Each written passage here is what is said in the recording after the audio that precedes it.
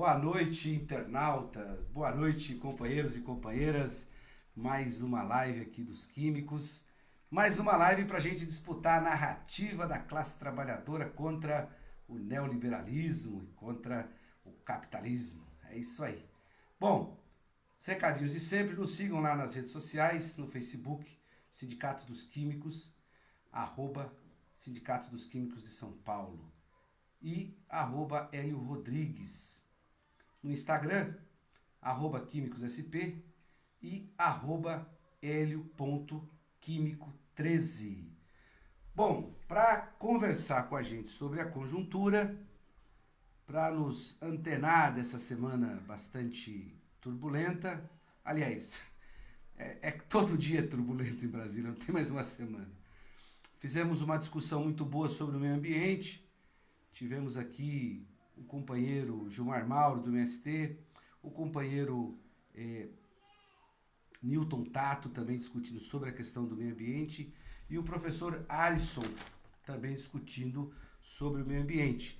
E na conjuntura política, coube a nossa querida Maria do Rosário, que esteve aqui no início da semana, e agora o nosso deputado aqui por São Paulo, que já foi presidente da Câmara dos Deputados e chegou até a ser presidente da República por alguns dias.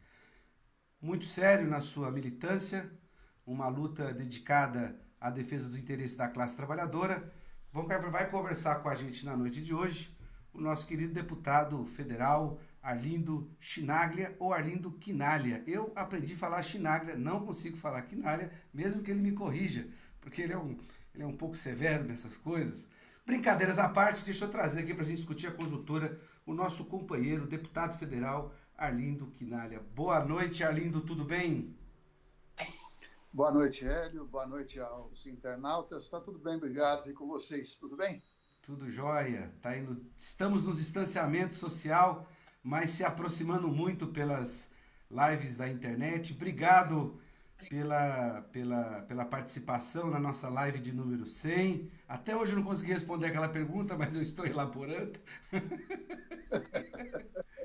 Obrigado por ter feito parte dos nossos programas e voltar aqui para a gente conversar um pouco mais sobre a conjuntura. Arlindo, como é que você está vendo tudo isso? Você que tem uma experiência aí em Brasília, eu sei que está em São Paulo, mas Brasília, o Congresso, a Câmara dos Deputados está funcionando online também, né? Como é que estão as coisas? Bem, primeiro, algo que a gente, da minha geração, nós não imaginávamos era que, nessa altura do campeonato, nós teríamos que estar atentos em defesa da democracia. E isso se origina num presidente tresloucado que, apesar dos seus atos de violência, mantém um apoio popular em torno de 30%, o que é igualmente chocante para mim. Bom, esse é um aspecto que nós temos que considerar na conjuntura, que tem, inclusive, repercussão nas relações internacionais do nosso país. O Brasil caminha para ser um pária internacional porque não tem como fazer um diálogo com consequência boa com o presidente da República. Até o Trump, de quem o Bolsonaro se coloca como um verdadeiro subalterno,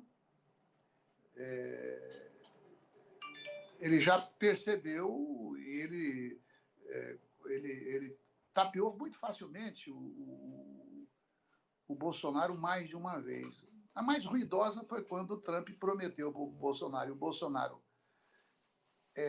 retirou a condição do Brasil, concordou que o Brasil deixasse de ser caracterizado como um país em desenvolvimento, com a promessa de que o Brasil faria parte do Conselho de Segurança da ONU. E Trump indicou a Argentina, que é um país bem menor, bem menos populoso, com a economia bem mais...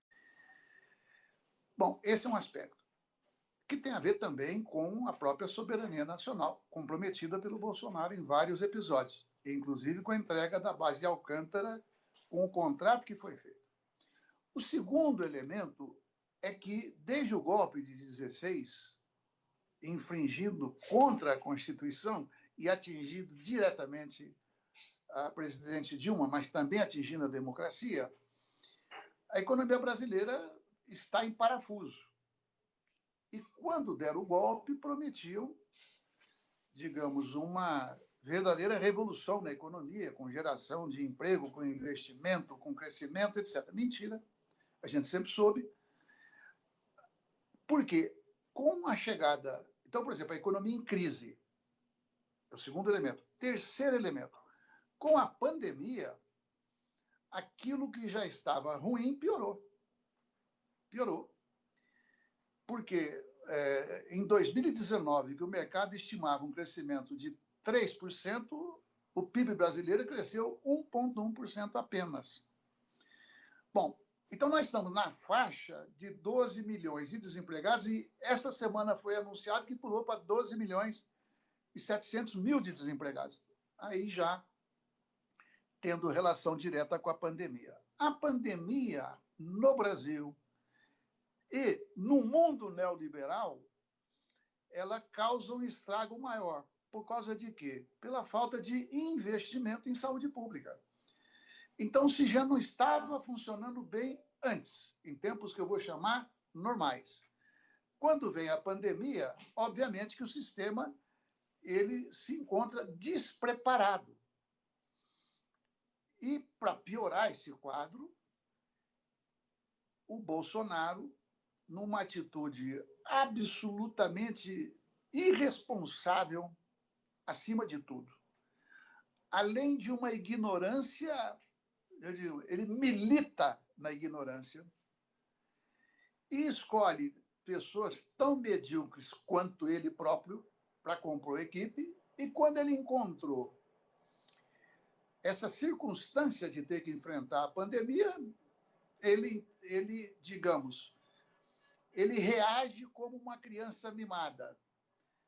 Quanto mais ele grita, ele não está demonstrando força, ele está demonstrando fraqueza, ele está completamente perdido, irritado e acossado pelos escândalos em família, pela ligação com os milicianos, por tudo aquilo que nós já estamos acompanhando há tempos. Então, o sistema de saúde estando desorganizado e o Bolsonaro, para atender o interesse de empresários inescrupulosos, porque isso aconteceu na Itália, aconteceu na Espanha, acontece para todo lado. São os empresários querendo ganhar dinheiro, pressionando as autoridades públicas, prefeito, governador, presidente da República, para voltar à atividade, que é o que acontece no Brasil. Numa decadência moral dessas pessoas, que eles são capazes de fazer uma algazarra e brincadeiras com um caixão nas costas. Quer dizer, é o fim da picada. Então, existe uma degeneração na sociedade e são estes, que às vezes, sem se dar conta, de ressentidos, frustrados, né? Que têm um ódio estimulado há muito tempo, que são os apoiadores do Bolsonaro. E isso, então, tem levado muita gente a até, eu vou dizer, com aspas ou sem aspas, prever que vai ter um golpe. Eu não gosto de quem usa desses termos. Vou explicar por quê. Não é que eu não gosto da pessoa. Eu não gosto desse tipo de análise. Sabe por quê? Você pega mesmo pessoas da nossa relação, pessoas muito respeitadas, pessoas que atuam nas áreas das artes, cinema, etc., etc., na política, senador nosso, deputado e tal. Então, me incomoda quando qualquer um diz: o golpe está em andamento, não vê quem não quer.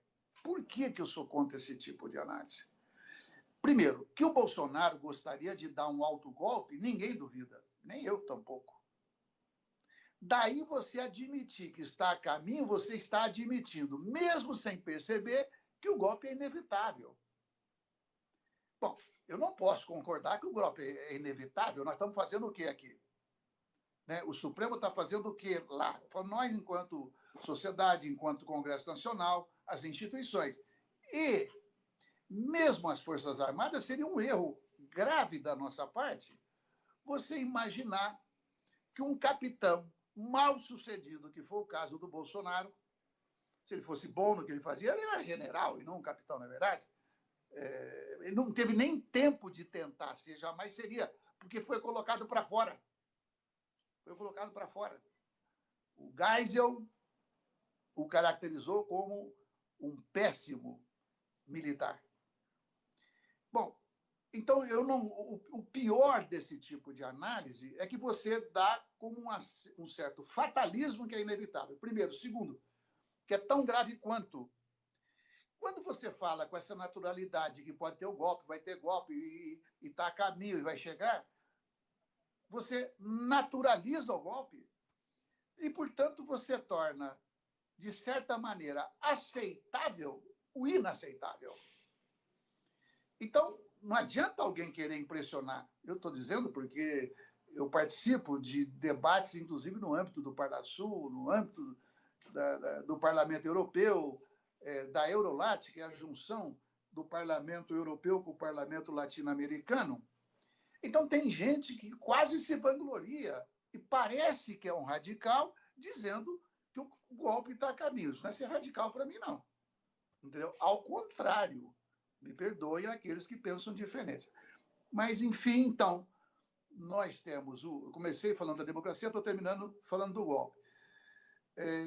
Ou seja, existe um ambiente na sociedade onde as pessoas são capazes de ir para a rua, estimulados pelo presidente da República. Qual é o resultado concreto disso? Primeiro, que ninguém sabe até onde vai a pandemia. Tem países que estão voltando a restringir o contato porque está tendo a chamada segunda onda. Bom, então, o presidente pressiona a favor dos interesses econômicos, é o pessoal que vai em carreata, poucos daqueles que vão desce do seu carro para abraçar quem quer que seja, porque ele quer que o pobre vá lá trabalhar para ele explorar mais valia, mas ele não vai lá trabalhar. Ele não vai lá manter contato com muita gente. Então, eu creio que nós estamos num momento onde se agrava a crise econômica, aumenta o desemprego, aumenta a fome, os limites do sistema público de saúde estão sendo rompidos em vários estados. E o que nós vimos até agora, Hélio e demais companheiros e companheiras? O Brasil até hoje não conseguiu sequer comprar máscara de qualidade para profissional de saúde, por exemplo. Aqui em São Paulo, Hospital de Ponta. Não vou dar nome, porque meu filho é médico e é ele que me conta, e eu não quero, então, particularizar. Mas este é o fato. E também motorista de ônibus, possivelmente não tem máscara que preste, nem aqueles bombeiros e outros profissionais que, no dia a dia, no exercício da função, têm contato com as pessoas, policiais, etc. Então, nem máscara. Inventaram a história de que quando começasse o contato de comunidade, quer dizer, quando você aumenta o número de casos, não era mais necessário fazer testagem. Mentira! Mentira! O Brasil está possivelmente em último lugar em termos de testagem. Quando começou a pandemia, nós tínhamos uma vantagem aí de praticamente um mês, nós não fizemos nada. Então, não tem máscara, não tem equipamentos de proteção, os EPIs, né, para os profissionais, que eu falei da máscara, mas outros equipamentos também não tem. Não se faz teste, não tem leitos suficientes. Todo mundo está lendo e vendo o noticiário de que os médicos estão tendo que fazer escolhas, não é isso? E que, digamos, neste momento de confrontar uma pandemia, é que a gente vê que o famosíssimo neoliberalismo, que há 40 anos é a face principal do capitalismo, onde está havendo uma concentração de riqueza, de poder e de armamentos em alguns países, porque é bom ter atenção, porque China, que até um tempo atrás não investia no orçamento militar ou de defesa, está investindo pesadamente. Os Estados Unidos sempre investiu, continua investindo, e a Rússia voltou para o primeiro time. A Rússia fabricou um míssil que ninguém consegue segurar. Não tem nenhuma barreira para defender desse míssil. Alguém pode imaginar que esse tremendo investimento em armas, em equipamentos sofisticadíssimos, é porque eles estão avaliando que existe o risco ou que não existe o risco de um enfrentamento armado. Mesmo que não haja um enfrentamento armado, as grandes potências, o Brasil poderia ser uma grande potência, tem tudo para ser, tem o famosíssimo poder dissuasório, né? Tipo assim, não vem que você vai se dar mal. Isso dá um equilíbrio tétrico, mas dá equilíbrio, né? Finalmente, quando a gente vê muitos dos nossos companheiros e companheiras, e a gente precisa tomar um cuidado, é por isso que eu estou falando, não é como crítica, mas é como alerta, muitos de nós embarcamos no debate da cloroquina. Vocês sabem, eu sou médico. A minha turma de formados tem muito médico muito bom lá, que estão na ativa, outros que já se aposentaram. O desatualizado ali sou eu, mas eu leio e entro, digamos, nos debates ali. Porque quando você começa a discutir o efeito ou não efeito, ou risco, ou tudo isso da cloroquina, você entra numa polêmica que não é a principal. Não estou falando da minha turma, estou falando do Bolsonaro e da política. Sabe por quê? O Bolsonaro, só se ele for muito burro para não saber que a cloroquina não tem efeito. Ele se mete a esperto pelo outro caminho. Ele cria a polêmica da cloroquina para atacar o isolamento social. É este o jogo. Então, nós não podemos discutir se a cloroquina faz ou não bem. Sabe por quê? Eu fiz a menção dos meus colegas de turma, nos formamos juntos. Por quê? Na beira do leito, se você não tem o que fazer pelo paciente, é dever do médico ir tentando.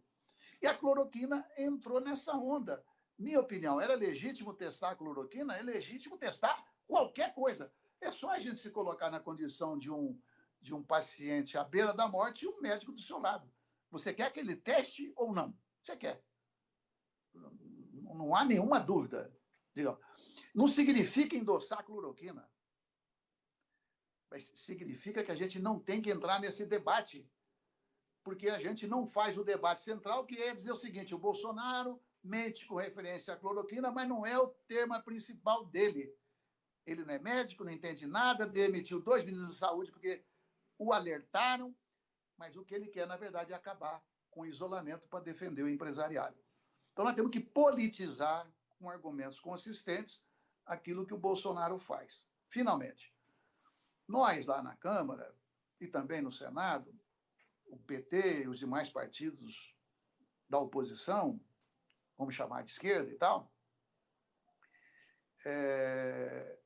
temos só a bancada do PT, ela apresentou um percentual altíssimo de projetos de lei agora aqui na pandemia.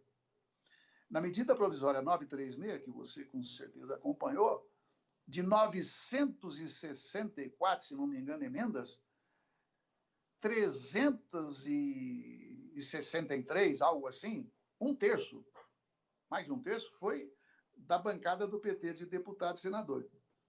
Então, finalmente, para encerrar, o que ocorre também que nos atrapalha e nos vulnerabiliza muito?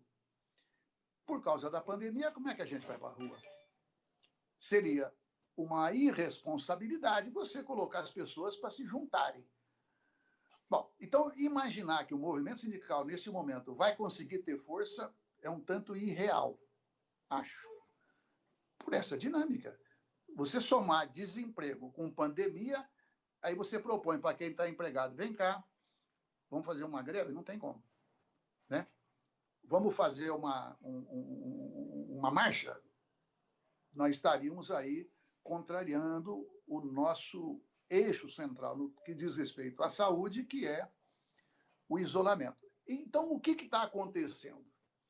Como o Brasil não consegue fazer sequer o isolamento bem feito, isso vai jogando, vai atrasando, é claro, é um bom efeito você diminuir, digamos, achatar a curva, porque todo mundo já entende o que significa achatar a curva, para não comprometer, além do que já está comprometido, é bom que se diga, o sistema de saúde. Então, o Amazonas está morrendo gente ali sem assistência, todo mundo sabe. Estão colocando corpos ao lado de pacientes. Uma loucura total. Então, o movimento sindical está numa situação difícil, muito difícil para poder agir.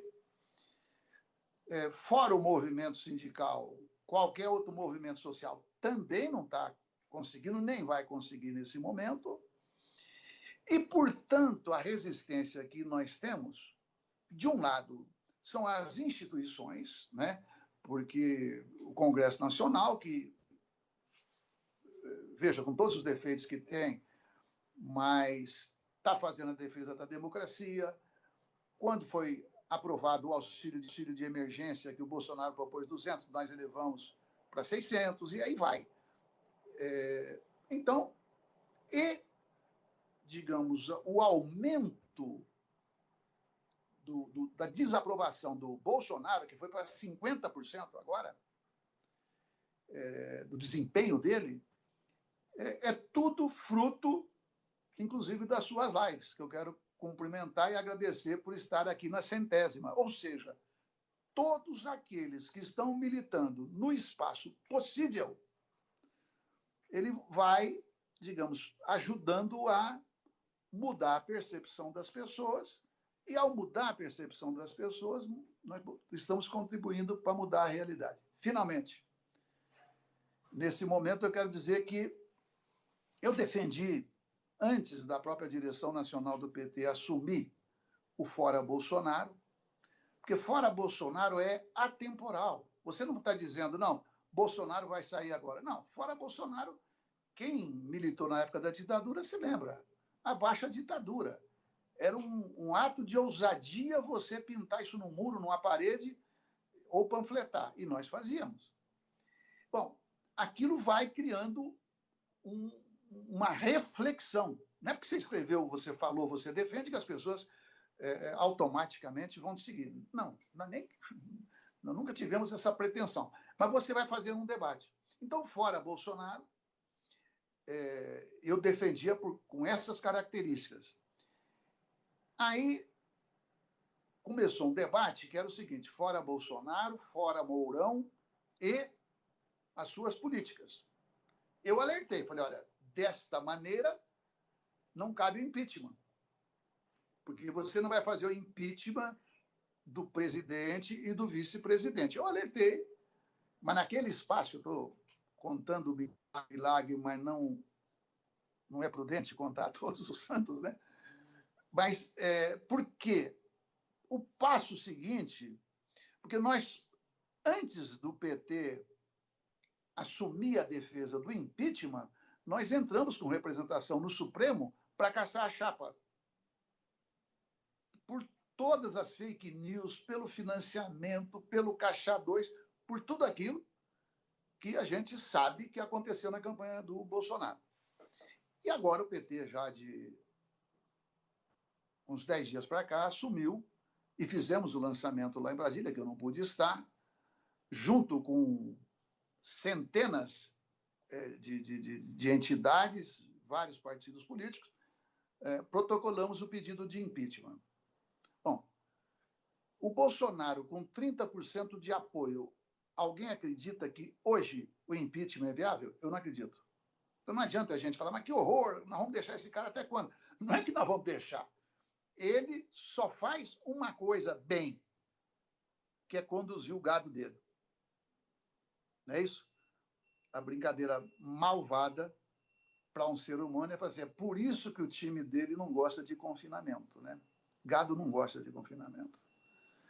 Então, em função desse apoio popular, é nossa tarefa, digamos, para confrontar o Bolsonaro e até levar um impeachment à frente, porque todo mundo já aprendeu também, o Supremo não vai caçar a chapa a frio.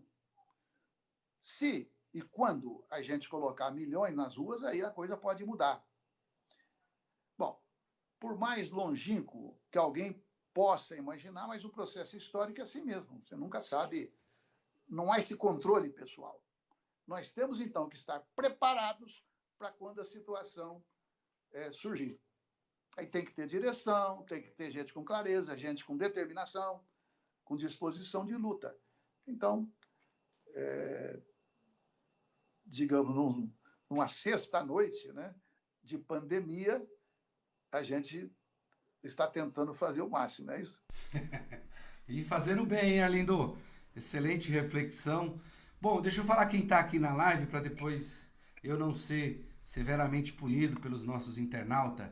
A Andréa Pereira está aqui, manda um boa noite. O deputado estadual Luiz Fernando Teixeira manda um boa noite. A Juliana Duda manda um boa noite. O Henrique, a Rosângela, a Solange, a Shirley, o Paulo Roberto, o Matheus Baeta, o Miguel Biaso, a Assunção, a Edith, o João Araruna, o Ariovaldo de Camargo, né? Manda um boa noite, Hélio, boa noite, deputado Arlindo Chinaglia, Ariovaldo da CUT Nacional, nosso secretário de Finanças, a Vanessa Nascimento, a Dona Helena se recuperou, estava doente, a dona ficou preocupada, uma grande militante da Zona Noroeste ali, então já está restabelecida a saúde da Dona Helena.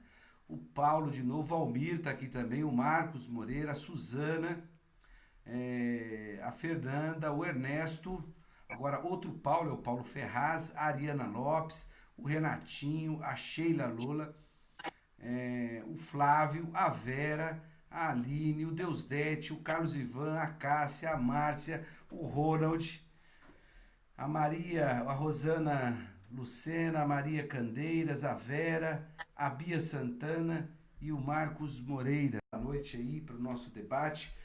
Arlindo, nosso fio voltou. Bom, tá jóia. Eu estou te vendo. Aqui foi a internet aqui, caiu, mas já restabeleceu de novo. Bom,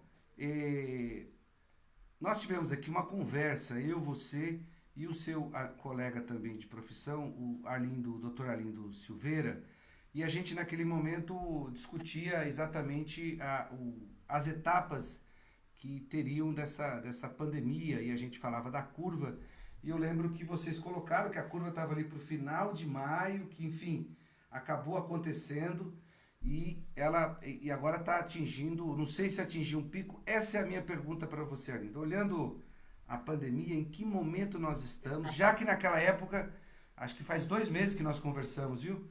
Então, você estava com um número baixíssimo e vocês falaram, ó, isso vai aumentar, as estatísticas são dessa forma. Em que momento nós estamos dessa pandemia, Arlindo? E que momentos você acha que a gente vai chegar? A Coreia do Sul suspendeu o isolamento e agora voltou exatamente como você falou, porque teve a segunda onda. E agora o governo do estado de São Paulo, a prefeitura de São Paulo, cedendo a pressões do comércio, vai voltar e como é que distanciamento inteligente, a volta inteligente do distanciamento, que nos preocupa porque a Prefeitura de São Paulo, como você bem falou, uma denúncia hoje do Sindicato dos Trabalhadores Municipais, de que ela não está fazendo os testes nos trabalhadores da saúde do município. Então, nem os trabalhadores estão sabendo, porque teria que fazer um teste a cada 15 dias para saber se ele está contaminando, sendo contaminado, está levando para casa. Então, eles não falaram que ia começar a testar, mas hoje o Sérgio Antiqueira, que é o presidente do sindicato, me falou, até agora eles não começaram nada e não deram plano de como é que vai ser isso, né? Como é que vai ser isso? Quando começa? Quando termina? Qual é a periodicidade? Então eu queria que você falasse um pouco mais da pandemia, Arlindo. Não, o primeiro registro que eu quero fazer é a falta de registro. É a chamada subnotificação. Então, quando você não tem informações corretas, é a mesma coisa que você fazer uma conta aritmética com números errados. O resultado fatalmente será errado. Bom, então, primeiro, há quem diga que o número de casos no Brasil é 15 vezes maior do que aquele que está sendo reconhecido. Bom, isso, então, para todo mundo perceber que a previsão, na época, quando a gente todo mundo falava de maio, porque o Mandetta, o ex-ministro da Saúde, falava que maio era o pico. Bom, diante da falta de informação, então você leva em consideração aquele que, teoricamente, tinha informação, tinha nada. Tinha nada. Então, a subnotificação compromete qualquer previsão. Que seria, digamos, se você tivesse aí um acompanhamento rigoroso, com modelos matemáticos, você pega aí um físico, um estatístico, um matemático, um epidemiologista, eles calculam até o dia que a gente vai morrer, brincando.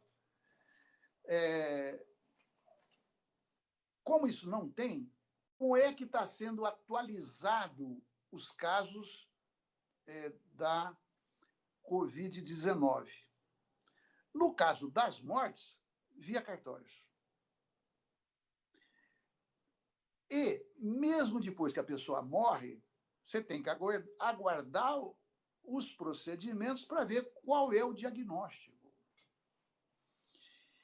Bem, dizem que aumentou muito, para não se comprometer, ao invés de ele tascar Covid, porque ele não tinha teste. O paciente não foi testado. Como é que ele ia falar que era Covid? Então, aumentou muito o diagnóstico de síndrome aguda respiratória, a SARS. Então, veja, é caótico mesmo. E aí, eu não sei se eu já falei nessa nossa conversa, se já falei, me perdoe, eu vou repetir. E o Covas, eles têm se empenhado, se atrasaram também. Mas, a partir de um dado momento, eles montaram a equipe e perceberam que o melhor caminho é o isolamento. Mas, mesmo assim, a população ela não atende à orientação. A Folha fez uma pesquisa, 60% é a favor.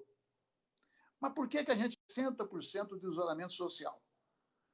Bom, uma parcela significativa, porque nós temos um governo, a gente fala irresponsável, a gente tem que demonstrar, não é? Mas com o número de desempregados que nós temos, os subempregados, aqueles que já deixaram de procurar emprego, nós estamos brincando aí em torno de 25 milhões de pessoas à beira, ou literalmente, na faixa da fome. Quando você tem um governo que não tem, digamos, a capacidade mínima de entender o quê? Veja, nós estamos num período onde o governo ele pode imprimir moeda. Quando foi aprovado o estado de calamidade, a chamada meta fiscal foi jogada de lado. Não é uma responsabilidade, pode romper. Depois nós tiramos de lado a chamada regra de ouro. A regra de ouro não permite a venda de títulos para gastos correntes, é só investimento de capital. Nós tiramos. Mesmo a emenda constitucional 95, nós tiramos de lado. Portanto, o governo pode emitir moeda, pode emitir título, pode fazer o que ele quiser para colocar dinheiro na economia. O Meirelles, que tem uma concepção liberal. Lembra que ele foi presidente do Banco Central na época do Lula? Ele falou assim, risco zero de inflação, pode emitir moeda, pode emitir título da dívida pública. Só que nós temos ali o Guedes, um ministro da Economia, incompetente. Ele não tem vergonha de dizer que a experiência dele é no Chile. Ele devia ter vergonha. E já que digamos, ele se identifica com o período Pinochet, vai lá no Chile agora. Vai lá no Chile defender as suas teses. Vai lá defender no Chile aquilo que ele ajudou a fazer no Chile. É igual, me perdoe, eu não vou falar de nenhuma religião em particular, mas todo mundo vê na televisão alguns milagreiros, não vê? Botando a mão na cabeça ou não, de qualquer orientação religiosa. Cadê esses caras que não querem fazer milagre agora dentro de UTI? vai lá aspirar o paciente com Covid. O máximo que eles dizem é que estão orando pela saúde. Que bom que estão orando. Mas eu estou dando detalhes assim que me deixa muito irritado, né? É porque a cara de pau, a facilidade com que muita gente mente num troço tão sério desse, nós temos que algum dia fazer algum tipo de ajuste nesse debate, né? Então, quando a gente analisa o não isolamento, apesar da maioria ser favorável, nós temos que, em primeiro lugar, entender que as pessoas estão com dificuldade de comer. Mora numa favela. Não tem como fazer isolamento adequado. Como é que faz isolamento numa favela? E assim vai. Portanto, teria que haver uma ação dura do Estado direcionada para isso. Não sei se naquela live, Hélio, lá atrás, nós comentamos a respeito da segunda onda que estava prevista para acontecer no litoral. Não lembro se expectado posteriormente. Não. Mas eu falei para a equipe do governo estadual, falei, já tem uma previsão de ir para o litoral, vai do Rio Grande do Sul até a Bahia, cientificamente previsto. Sugeri para o governo estadual fazer barreira sanitária, Hélio, veja, que começa nas capitais, é óbvio, o vírus veio de avião mesmo. Por isso que foi tão rápido, com a globalização. Então tinha que ter tido barreira sanitária. Um ônibus que saísse de São Paulo, né, principalmente para a Grande São Paulo, e para o interior, e para o litoral, teria que ter a ação da vigilância sanitária. Não teve. Não teve. Felizmente, alguns prefeitos, não só no estado de São Paulo, eu estive em Goiás agora, recentemente, tem prefeito que coloca barreira na cidade.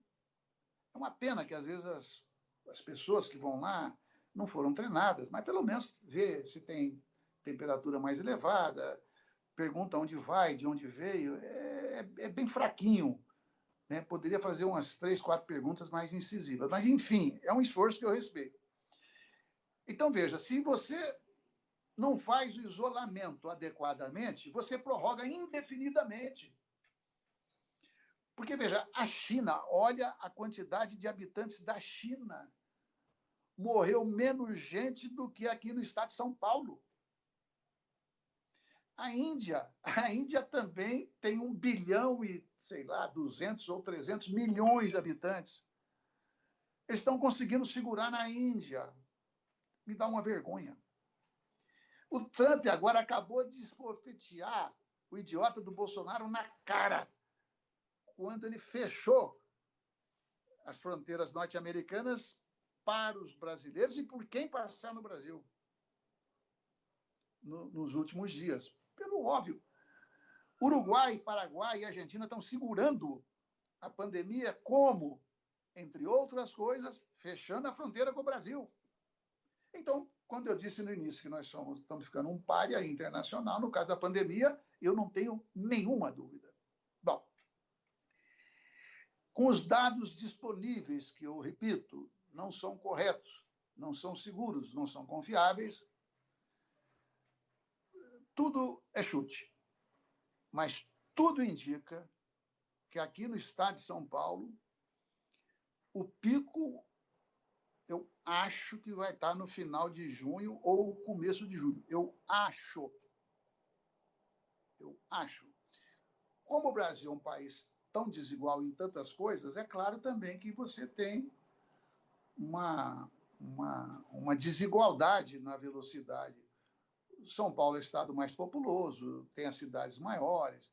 Então, de alguma maneira, isso era previsível aqui ter o problema que nós temos. Agora, o que não era nem previsível, não deveria ser previsível tanta coisa, né?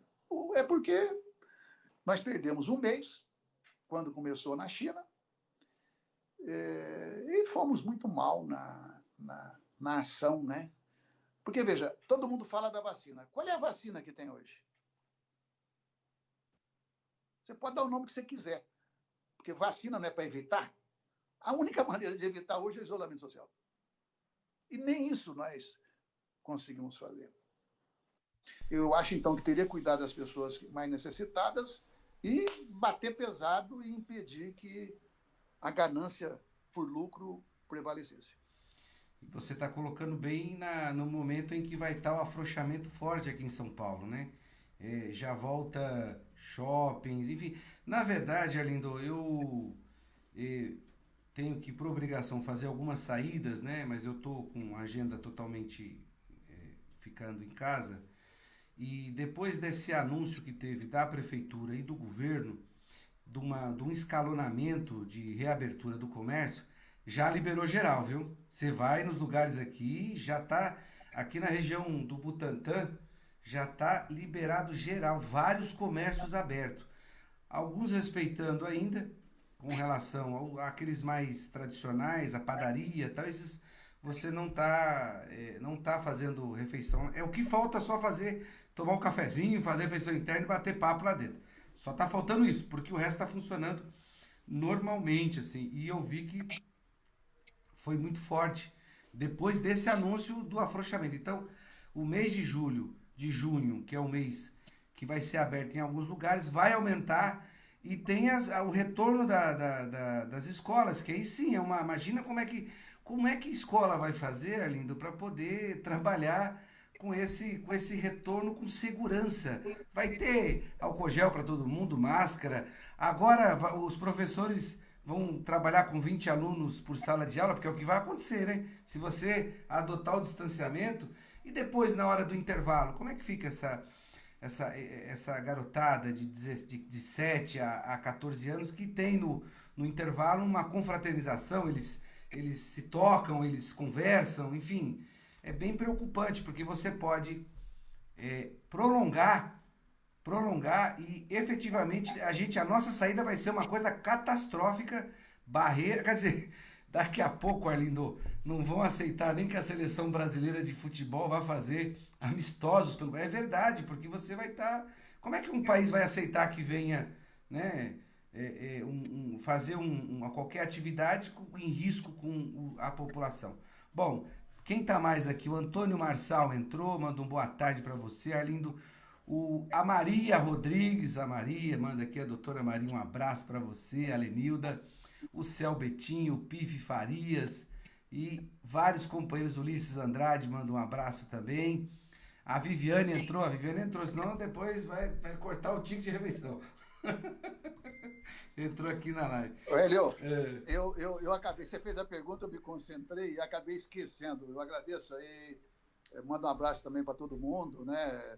Eu fui anotando, mas hoje parece que a casa está cheia. Tá cheia. Aí eu parei, eu não consegui acompanhar. Mas manda um abraço para todo mundo aí, obrigado aí. Nós, Arlindo, depois dessa questão que você colocou bem claro, da política que a gente tem que fazer pelo fora Bolsonaro, como uma forma de organizar a classe, de organizar a luta, porque é isso mesmo, o movimento sindical está com todas as dificuldades que você falou, um governo que a cada medida provisória arranca ou tenta tirar os sindicatos da negociação. O mundo real é diferente, né, Arlindo? Porque no mundo real os sindicatos têm mais de 80 anos aqui em São Paulo, em diversos lugares. Eles têm uma rotina de negociação. Eu, por exemplo, assinei muitos acordos com as empresas. Nós somos contra os acordos individuais, colocamos acordos coletivos, tentamos, que nem os advogados falam, mitigar aí os danos para os trabalhadores. Está sendo muito difícil. Agora, uma coisa que eu queria conversar com você é o seguinte, já que a gente está percebendo, Arlindo, que a quebradeira vai ser geral.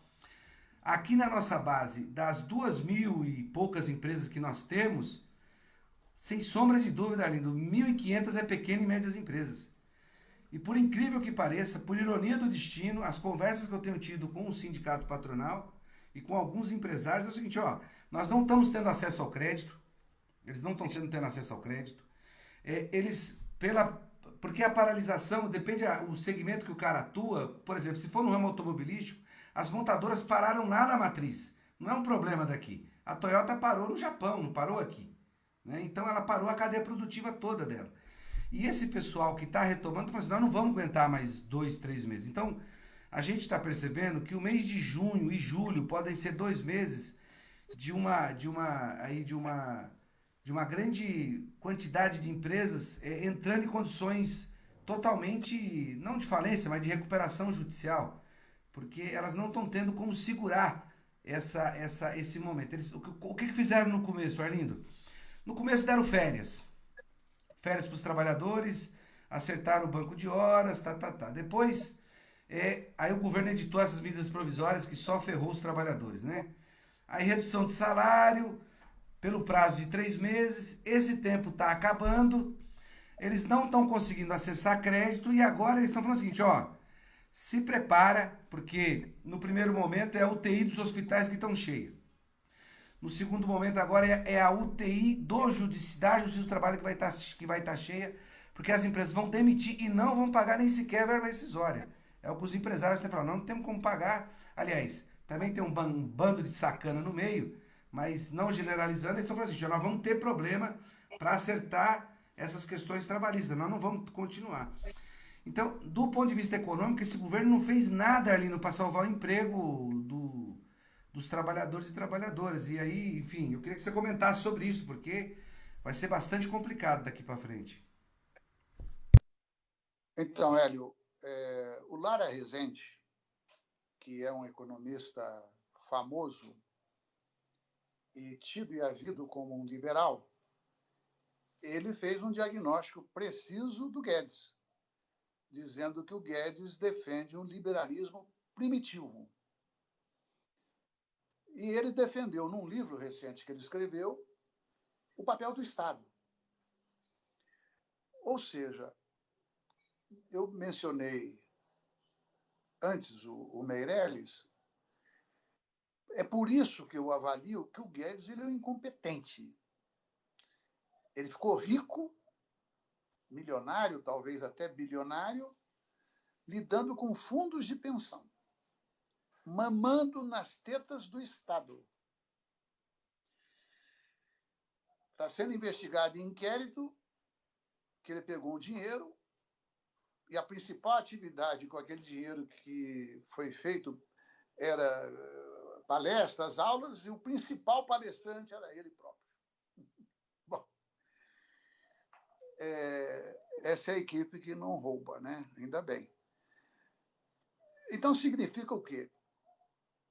Que só teria uma saída, que era o Estado aportar recursos, especialmente para a micro e pequena empresa, porque é onde gera mais emprego. E uma coisa que eu aprendi relativamente em tempos recentes, é onde tem o maior número também de registros em carteira. Eu achava, não sei por que eu achava, que as grandes e médias empresas registravam mais em carteira. Porque na época que eu estava no movimento sindical, era comum você falar boca de porco, boca de porco. Não, calma lá. Então, são as micro e pequenas empresas que mais geram emprego e que mais registram em carteira. Bom, então, ninguém consegue entender por que diabos, com toda aquela condição que o Congresso ofereceu para o governo, para assim, olha, gaste, invista, porque você ia salvar as empresas, você ia salvar empregos, você ia manter um determinado nível de consumo, porque esse é o complemento. Né? O Lula sempre se bateu e era criticado, e ele falava, olha, tem que ter consumo. Uma vez ele fez uma frase dizendo o seguinte, pobre não é o problema, pobre é a solução. Muita gente não entendeu, mas era isso que ele queria dizer. Solução para o sistema capitalista. Porque para quem tem um bom salário, comer carne é do seu cotidiano, ter uma casa é do seu cotidiano, ter 2 carros, 3 carros é do seu cotidiano. Portanto, ele nem tem como aumentar o consumo, ele só aumenta o patrimônio. Pobre não. Se você pegar, ao invés de alguém receber um salário mínimo, ele receber R$ 1.500, esse em torno de 50% a mais é uma festa na organização daquela família. E vai se traduzir em consumo, pode mudar o consumo. Mas vai comer o que não comia, vai vestir o que não vestia, vai consertar a casa que não consertava e assim sucessivamente. Comprar geladeira e tal. Então, digamos, é o chamado movimento em tesoura. Teria que apoiar as micro e pequenas empresas, de um lado, e, por consequência, os trabalhadores. Isso permitiria sair da crise econômica mais rápido e com um desastre menor na economia. Portanto, quem está dizendo que vai ser um desastre, vai mesmo. Hélio, me permita fazer uma sugestão que eu até imagino que você e outros já estejam aplicando. Outro dia nós fizemos uma reunião com a CUT Nacional, a bancada. E eu defendi, todo mundo entrou em acordo. Eu falei, olha, sem ilusões, mas tem que fazer uma aliança agora com os empresários. Sem ilusões significa o seguinte, eles sempre estarão do lado de lá, ainda que os nossos governos não tenham entendido assim. Vamos deixar claro. Mas, neste momento, em defesa do emprego, nós temos que ter uma bandeira de defesa do emprego e fazer aliança tática com os empresários que assim quiserem para ir para cima do governo. Porque agora nós vamos ter que fazer aliança até com o diabo para derrotar esse Bolsonaro. Porque ele vai matar gente. Ele está matando gente por causa da economia e está matando gente por causa da pandemia. E está matando gente por causa das milícias. Quer dizer, então, eu acho que qualquer segmento civilizado, e você deu um relato importante, parabéns. Quer dizer, você consegue assinar acordos por uma relação que foi construída ao longo dos anos passados. Não é isso? Pelo sindicato, pelos dirigentes sindicais, por você e outros. Então, eu acho que nessas tratativas você podia avaliar, mas fazer uma pauta do setor. Acho que você poderia capitanear pelos trabalhadores uma pauta do setor, entendeu? Essas empresas aí que podem quebrar, o que elas precisam? E nem nós, no Congresso, conseguimos falar com repercussão. Ainda mais a bancada do PT. Ninguém vê um deputado do PT hoje dando entrevista na Globo, né? Porque o jogo está pesado. O jogo está pesado. Nós somos isolados, assim, calculadamente. Calculadamente. Então, eu acho que seria uma boa coisa você montar uma mesa para além das tratativas, se você já estiver fazendo, me perdoe por chover no molhado, mas definir uma pauta do segmento. Uma pauta para o segmento. Eu acho que isso pode ser um instrumento de uma aliança tática para pressionar o governo. E nós temos que derrubar o Guedes, entendeu? Porque essa história de que o mercado defende o Guedes, mercado é muita gente. Quem que defende o Guedes? Sistema financeiro? Quem mais? Grandes empresas? Quem mais? Então, acho que você e outros têm plenas condições de colocar isso na mesa. Vem cá, vocês acham que o Guedes está sendo certo? Lembra na crise de 2008 e 2009 que a GM foi estatizada nos Estados Unidos? Ela foi estatizada. Depois que ela foi saneada, devolveram para as mãos dos donos, claro. Mas só para dar a ideia do seguinte, não há dúvida, só um imbecil como os nossos aqui são, de que o Estado tem que entrar pesado. Foi assim que eu acho que foi o principal momento do Lula na presidência, do ponto de vista da economia, que o Lula chegou a demitir o presidente do Banco do Brasil e parte da diretoria, porque eles não queriam emprestar para as empresas. O Lula demitiu. E, juntando o Banco do Brasil, Caixa Econômica, BNDES, o Banco do Nordeste e o BASA, que é o Banco da Amazônia, esses 5 bancos emprestaram mais dinheiro do que todos os bancos privados juntos. Se não tivesse esses bancos estatais, o Brasil tinha ido para o vinagre. Arlindo, então, eu acho que...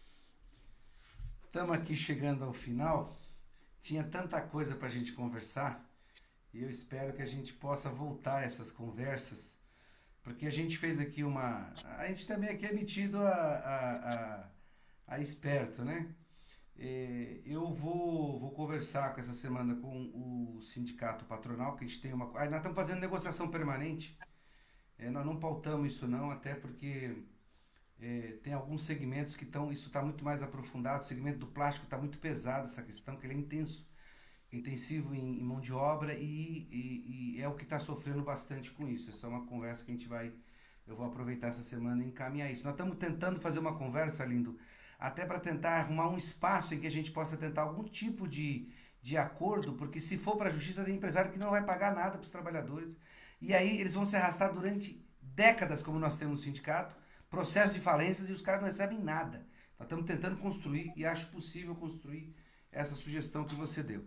Mas tem tanta coisa para conversar, e uma delas que eu queria que a gente voltasse a conversar, mas que pelo menos você desse uma passagem, porque aqui a gente está metido a esperto aqui nesse negócio de live, e nós fizemos um curso, olha só que loucura, nós fizemos um curso sobre tributação, né? É, eu, Ó, eu, sem juízo, chamei a Marilene Teixeira, que você conhece, a professora Marilene Teixeira da Unicamp. Falei, Mari, vamos preparar 5 aulas sobre tributação e fechamos com o Eduardo Faiani, fechando o nosso debate sobre aquela emenda substitutiva global, a PEC 45, né, que aí seria a proposta nossa, da esquerda, do campo progressista, sobre reforma tributária para taxar 0,1% dos mais ricos do Brasil, que daria um retorno para o Estado de 350 bilhões por ano. Bom, eu queria que você falasse um pouco dessa proposta e para a gente encerrar por aí, mas a gente voltar a conversar mais sobre esse tema, porque eu acho que é um tema que mexe no bolso, Arlindo, que mostra a diferença, que mostra quem é que paga tributo nesse país, né? 50% só no consumo. Então, acho que a gente poderia explorar mais para tentar cada vez mais ir criando, construindo uma narrativa que a gente mostra. Por que queremos mais Estado? Não é por acaso que a gente quer mais Estado. Por que nós queremos mais Estado? Porque a maioria dos trabalhadores pagam a maioria dos tributos desse Estado. É por isso que nós queremos mais Estado para os trabalhadores, para os mais pobres. Nós pagamos. E as pessoas, Alindo, a maioria que não tem carteira assinada, essa faixa de que é grande, a informalidade no Brasil, eles acham que não tem direito. Mas quando ele compra 1 quilo de feijão, opa, deixa eu ver aí, eu não vi, mostra não, não. É que eu fiz. Não, mas termina, por favor. Não, Quando alguém então, compra um quilo de um feijão, 1 quilo de feijão, 5 quilos de arroz, ele está pagando tributo naquilo. Então, assim, então nós temos direito, não é pedir, temos direito que o tributo desse país venha beneficiar a maioria do povo. Então, nós estamos tentando construir isso. Foi uma loucura essas aulas, porque tem uma parte de tributação que a Mari estava explicando e eu aqui do lado, né? Daqui a pouco eu dei uma cochilada. Falou, ele falou até pra você. Eu falei, é difícil esse negócio. Mas conseguimos chegar na discussão tanto da PEC 45 e a PEC 110, se eu não me engano, que são duas PECs que não vão mudar absolutamente nada, só propõem aglutinar aí os tributos, as taxas, e nós queremos discutir essa emenda substitutiva global, a PEC 45, que vai ser apresentada ainda, se eu não me engano, ou já foi? não sei.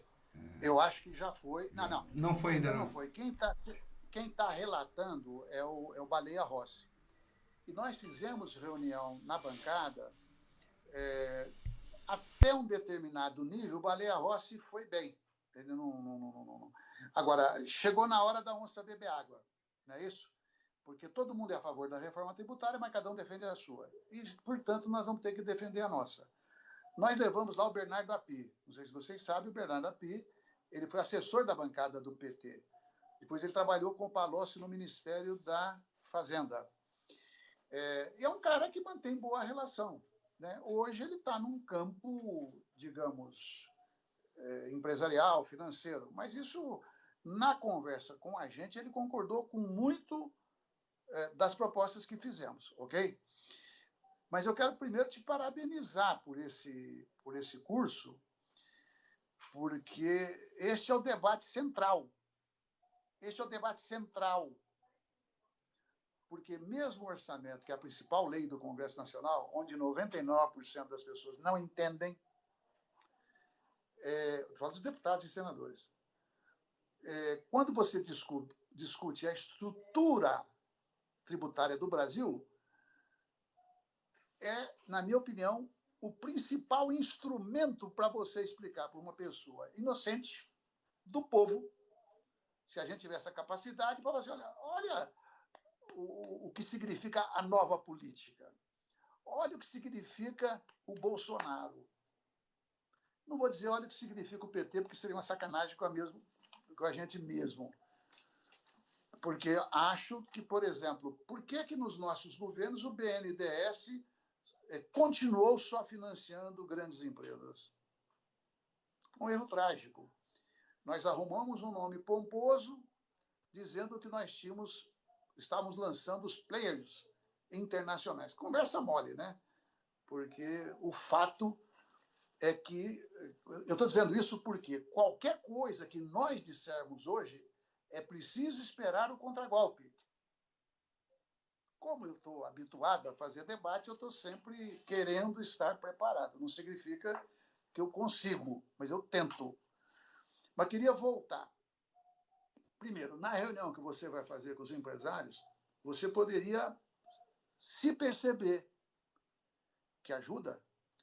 Você fala, olha, como vocês sabem, eu tenho contato com o parlamento. Acho que nós temos que montar um time aqui para defender a nossa proposta. Você entendeu? Porque é real. Hoje, quem pode fazer frente é o Congresso Nacional. Se a gente consegue juntar trabalhador e empresário para defender uma pauta, nós vamos no Rodrigo Maia. O Rodrigo está isso aqui, ó. Entendeu? Aí nós vamos apresentar um projeto. Enfim, é para você pensar. Essa história de não pagar, que você falou vai levar, os caras vão dar o cano, acho que vocês sabem já disso, mas houve uma alteração na legislação onde é permitido uma determinada empresa, inclusive com os mesmos sócios, fundarem uma outra empresa. Aí eles deixam uma empresa limpinha e uma empresa sujinha. E coloca as dívidas para com os trabalhadores nessa empresa que vai para o vinagre. Não vai ter recuperação judicial, não vai ter nada. Tem até isso hoje.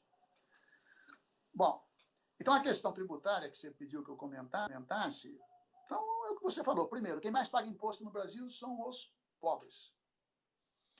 Porque no Brasil, metade, pelo menos, dos impostos é uma tributação indireta, é o consumo.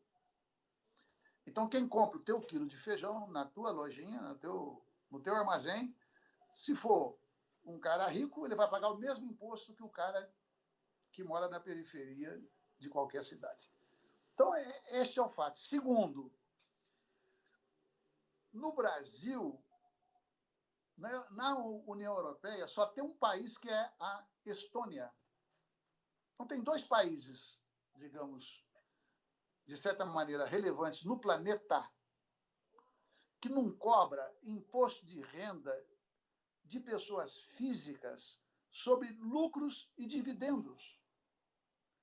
Então, você tem um céu de uma determinada empresa, colocam o salário dele de 10 mil reais, ali ele paga um imposto irrelevante, só que ele ganha 300 mil por mês e não paga imposto de renda. Eu vou dar outro exemplo aqui para você, que a hora que você falou, eu comecei a me mexer aqui, você não entendeu. Eu estava atrás dessa revista aqui, ó. É a melhor revista que foi produzida no Congresso Nacional no que diz respeito à reforma da Previdência. Pode dar na mão do Fanhani para ver se ele encontra defeito grave. Aqui, no final da introdução, da apresentação, que foi eu que fiz, eu escrevi o seguinte. Porque o debate era falta de financiamento, não é isso? Item 1. Rever legislação que protege sonegadores. Impacto anual de 500 bilhões sobre os cofres públicos. São os famosos refis. 500 bi ao ano. Se você... Vamos imaginar que, ao invés de perder 500 bi, a gente, entre aspas, só perdesse 300 bi ao ano. Em um ano, aliás, em 5 anos, nós teríamos arrecadado para o Estado 1 trilhão. 1 trilhão. Dava para você fazer hospitais, a Maria trabalhar em hospital grande, no Brasil inteiro. E eu também, né? Um dia eu preciso trabalhar. Quer ver, ó? Setor de petróleo. Você se lembra quando o Temer acabou com o imposto sobre as empresas de petróleo e gás? Ele acabou. Eu fiz as contas aqui e propus que voltasse a cobrar, porque ele perdoou royalties e bônus de assinatura do pré-sal. Isso dá 1 trilhão e 25 anos que ele doou para essas empresas. Em 10 anos teria 400 bilhões e por aí vai. Então eu coloquei 4 itens aqui, que, entre aspas, eu botei na mão do governo uns 7 trilhões. Tudo em cima do tema tributário. Você já ouviu falar do CARF. O CARF, como é que funciona o CARF?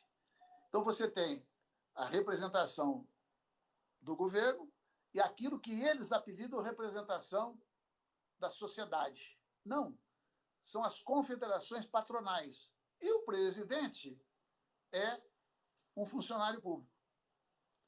Sabe o que significa ter esse funcionário ali? Que quando o governo perde, ele não pode se socorrer do judiciário, mas quando as empresas perdem, elas vão para o judiciário.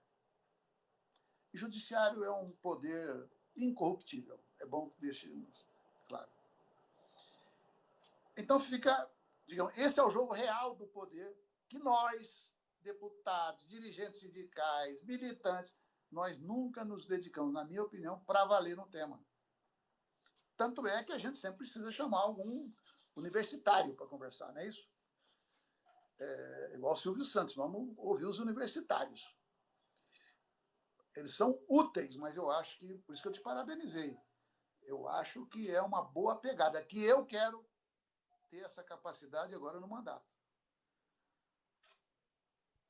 Arlindo, chegamos ao final desse bate-papo muito bacana, dessa troca de experiência que você fez com a gente aqui, desse seu empenho em discutir com muita seriedade as questões públicas. É lógico que a gente vai fazer um outro convite a você, para que a gente continue debatendo e sabendo como é que esse Congresso está caminhando e as nossas propostas. E essa questão tributária, eu acho que ela é a que mexe no bolso, a gente tem que saber. Aqui em São Paulo, conversando com o seu colega de bancada, o Newton Tato, hoje, ele falou: Hélio, as empresas aí química do agrotóxico aí, elas aqui no estado de São Paulo, por ano, deixam de pagar 1 bilhão em impostos, né? Elas têm isenções. Então nós queremos saber as isenções. Nós nem chegamos no campo das isenções, que é uma farra muito grande essa, que a gente queria ter acesso para falar, bom, quem é que paga mesmo? Quem é que tira a mão, bota a mão no bolso para poder manter o Estado, né? Não. Eu falei do Refis. Essa semana foi comemorado um foguetório danado na Câmara Federal, porque nós incluímos as micro e pequenas empresas para poder fazer refis também. Porque antes só as grandes é que faziam. Eu vou perguntar, porque aí ninguém vai esquecer, para todo mundo aí que estiver ouvindo. Sabe quantos por cento das empresas que depois de fazerem refis, onde é perdoado a multa, é perdoado os juros, é dado um prazo de 10, 15, 20 anos para pagar aquela dívida, sabe quantos por cento das empresas vão até o final pagando? Eu não sei. Não, eu sei que você não sabe, mas pela minha pergunta você vai chutar baixo. Vou chutar. Tá. Olha, pelo que eu acompanho, não deve chegar a 10%, isso aí nem não chega a 10%. 2%. 2%. É isso mesmo. Quem falou foi uma procuradora do Tesouro Nacional quando do debate da reforma da Previdência no governo Temer, que ele, felizmente ele não conseguiu fazer. Então, é um país de caloteiro. Os grandes é que dão calote. Perfeito. Arlindo, as suas considerações finais. E obrigado por ajudar a gente a ter mais argumento para esse debate. Não, Hélio, primeiro eu quero agradecer também pela gentileza do convite, né? Cumprimentar você, cumprimentar todo mundo de novo. Espero sinceramente que seja útil aí para os objetivos, porque para mim acaba sendo com certeza, porque na medida que a gente começa um debate de natureza política, enfim, quase de qualquer natureza, mas na política é assim, a gente é obrigado a pensar um pouco mais, né? A se esforçar para entender, para poder, enfim, fazer um diálogo onde haja uma troca, entendeu? Então, para mim, sempre é bom. E não sei se fora do script agora, se eu já posso falar, acho que a defesa do SUS vai entrar na pauta de forma radical, que é outra que eu vou entrar. Um vereador poderia virar sócio na empreitada. Eu acho que era bom, pô. Convite aceito. Convite aceito, Tá bom, um Arlindo. abração. Muito obrigado, Arlindo. Até a próxima. Obrigado mesmo, viu? Até, Obrigado. Até a um próxima. abração. Tchau. Tchau. É isso aí. Tivemos aqui com o nosso querido deputado federal Arlindo Chinaglia nessa conversa importantíssima sobre a conjuntura nacional. Vocês perceberam o tanto que o Arlindo nos ajudou nesse debate, né, nessa construção dessa narrativa da classe trabalhadora. Então fica aqui o nosso muito obrigado ao Arlindo, e deixa eu ver a hora que eu acerto esse negócio, que acertei. Tava um pouco difícil, mas acertei. Fico o nosso muito obrigado a todos que estiveram aqui na live e acompanharam esse debate, muito proveitoso. Encerramos uma semana extremamente... terminamos uma semana lá em cima com uma live muito importante, mais uma semana de pandemia, de governo Bolsonaro e do povo desamparado. A proteção social que a população tem nesse momento é fruto de luta do PT para arrancar do governo auxílio emergencial, como o deputado Arlindo Chinaglia colocou aqui, e de solidariedade de movimentos sociais. Mais do que nunca, reflexões como a do deputado federal Arlindo Chinaglia são necessárias. Dialogamos desde a importância de continuar o distanciamento social até a necessidade de imprimir moeda e, se for o caminho, para salvar as vidas. Também fomos provocados com a militância para continuar politizando os debates com bons argumentos, determinações e clareza. Nossa disposição de luta é muito grande. Uma boa noite, fiquem com Deus, tamo junto. Semana que vem a gente vai, durante as lives das 2 horas, reprisar esse importante curso de formação que a gente teve aqui sobre tributação, e continuaremos com as nossas lives das 19 horas. Fiquem com Deus, até a próxima, tamo juntos.